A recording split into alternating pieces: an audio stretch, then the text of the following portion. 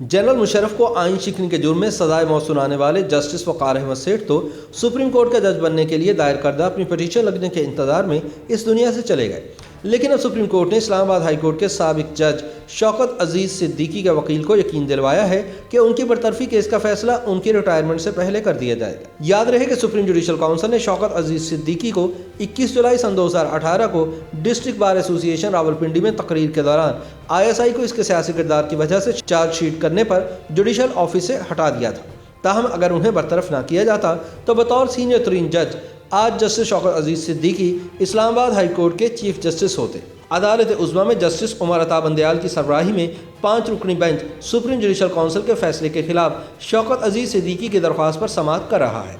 Bench के दीगर अरकान में जस्टिस सरदार तारिक मसूद, जस्टिस एजाजुल अहसन, जस्टिस मजहर आलम मियां खील और जस्टिस सैयद सज्जाद अली शाह शामिल हैं। 9 दिसंबर को होने वाली समाअत के दौरान सुप्रीम कोर्ट ने शौकत अजीज़ सिद्दीकी की बतौर जज इस्लामाबाद हाई कोर्ट बरतरफी के खिलाफ दायर दरख्वास्त पर रजिस्ट्रार ऑफिस को इस्लामाबाद, रावलपिंडी और कराची बार की दरख्वास्तों पर एतराज़ात से मुताल्लिक वकला को आगाही नोटिस जारी करने का हुक्म दे दिया। समाअत के दौरान जस्टिस उमर अता बंदयाल ने रिमार्क्स दिए कि यह बड़ा केस है और हम चाहते हैं कि वकला को तसल्ली से सुनकर कोई फैसला करे। उन्होंने कहा कि बेंच अगर 4 अरकान से ज़्यादा पर मुश्तमिल हो तो मामूल के मुकदमात मुतासिर होते हैं, जिस पर शौकत अजीज़ सिद्दीकी के वकील हामिद खान एडवोकेट ने कहा कि मेरे मुवक्किल शौकत अजीज़ सिद्दीकी अगले साल रिटायर हो जाएंगे, इसलिए हम चाहते हैं कि इस केस का फैसला जल्द हो जाए। इस पर जस्टिस उमर अता बंदयाल ने रिमार्क्स दिए कि हम शौकत अजीज़ सिद्दीकी की रिटायरमेंट से पहले ही आपके केस का फैसला दे देंगे। समाअत के दौरान कराची बार एसोसिएशन के वकील रशीद रिजवी ने मौक़िफ़ अपनाया कि हमारी दरख्वास्तें मुकर्रर ना करने की वजूहात नहीं बताई गई, जिस पर जस्टिस उमर अता बंदयाल ने कहा कि रजिस्ट्रार ऑफिस के मुताबिक दरख्वास्तों में इस्तेमाल की गई ज़ुबान दुरुस्त नहीं। इस पर रशीद रिजवी ने कहा कि एतराज़ात से मुताल्लिक आगाह किया जाए ताकि दोबारा दरख्वास्त दायर हो सके। साथ ही इस्लामाबाद बार के वकील सलाहुद्दीन का कहना था कि मेरी तरमीमी दरख्वास्त भी मुकर्रर नहीं की गई, जिस पर अदालत ने रिमार्क्स दिए कि तमाम दरख्वास्त गुजारों को एतराज़ात से आगाह कर दिया जाएगा। बाद अदालत ने रजिस्ट्रार ऑफिस को कराची, इस्लामाबाद और रावलपिंडी बार की दरख्वास्तों पर एतराज़ात से मुतालिक वकला को आगाही नोटिस जारी करने का हुक्म दे दिया। साथ ही केस की समाअत को आइंदा बरस जनवरी तक मुलतवी कर दिया गया। वाज़ेह रहे कि सुप्रीम कोर्ट के साबिक चीफ जस्टिस मियां साकिब निसार की सरबराही में सुप्रीम जुडिशल काउंसिल ने अक्टूबर सन 2018 में अज़ खुद नोटिस लेते हुए आइन के आर्टिकल 209 के तहत जस्टिस शौकत अजीज़ सिद्दीकी के खिलाफ कार्रवाई के बाद सदर मुमलिकत डॉक्टर आरिफ अलवी से इस्लामाबाद हाई कोर्ट के मज़कूरा जज को इनके ओहदे से हटाने की सिफारिश की थी, जिस पर अमल करते हुए सदर पाकिस्तान ने जस्टिस सिद्दीकी को बरतरफ कर दिया था।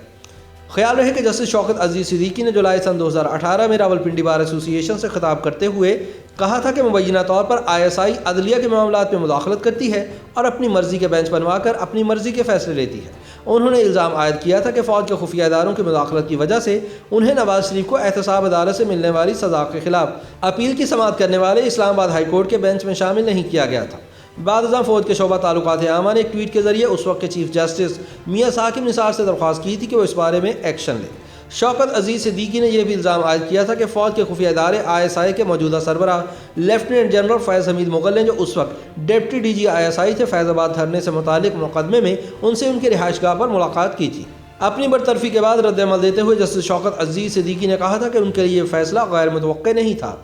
उन्होंने कहा कि तकरीबन 3 साल पहले सरकारी रिहाइशगाह की मुबैना आराइश के नाम पर शुरू होने वाले एक बेबुनियाद रेफरेंस से पूरी कोशिश के बावजूद जब कुछ न मिला तो एक बार एसोसिएशन से मेरे खिताब को जवाज़ बना लिया गया, जिसका एक एक लफ्ज़ हक और सच पर मबनी था। उनका कहना था कि मेरे मुतालबे और सुप्रीम कोर्ट के वाज़ेह फैसले के बावजूद ये रेफरेंस खुली अदालत में नहीं चलाया गया और न ही मेरी तकरीर में बयान किए गए हक़ाइक़ को जाँचने के लिए कोई कमीशन बनाया गया। ताहम जस्टिस आसिफ सईद खोसा की तरफ से लिखी गई सिफारिशात में यह कहा गया था कि हक़ाइक़ को सामने रखते हुए जस्टिस शौकत अजीज़ सिद्दीकी जजेस के बारे में बनाए गए ज़ाबिता इख़लाक़ की खिलाफ वर्जी के मर्तकब पाए गए हैं,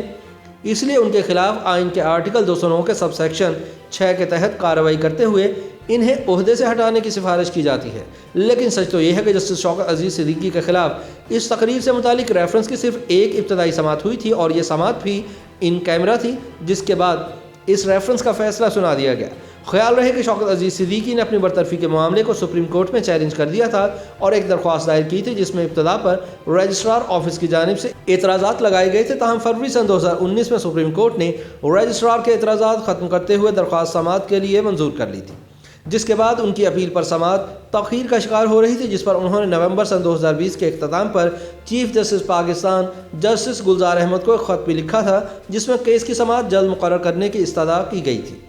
بظاہر یہ ان کا تیسرا خط تھا جو درخواست گزار کی جانب سے کیس کی جلد سماعت کے لیے چیف جسٹس پاکستان کو لکھا گیا تھا۔ کیس کی سماعت شروع ہو چکی ہے اور توقع کی جا رہی ہے کہ انصاف دینے والوں کو بھی جلد انصاف مل جائے گا۔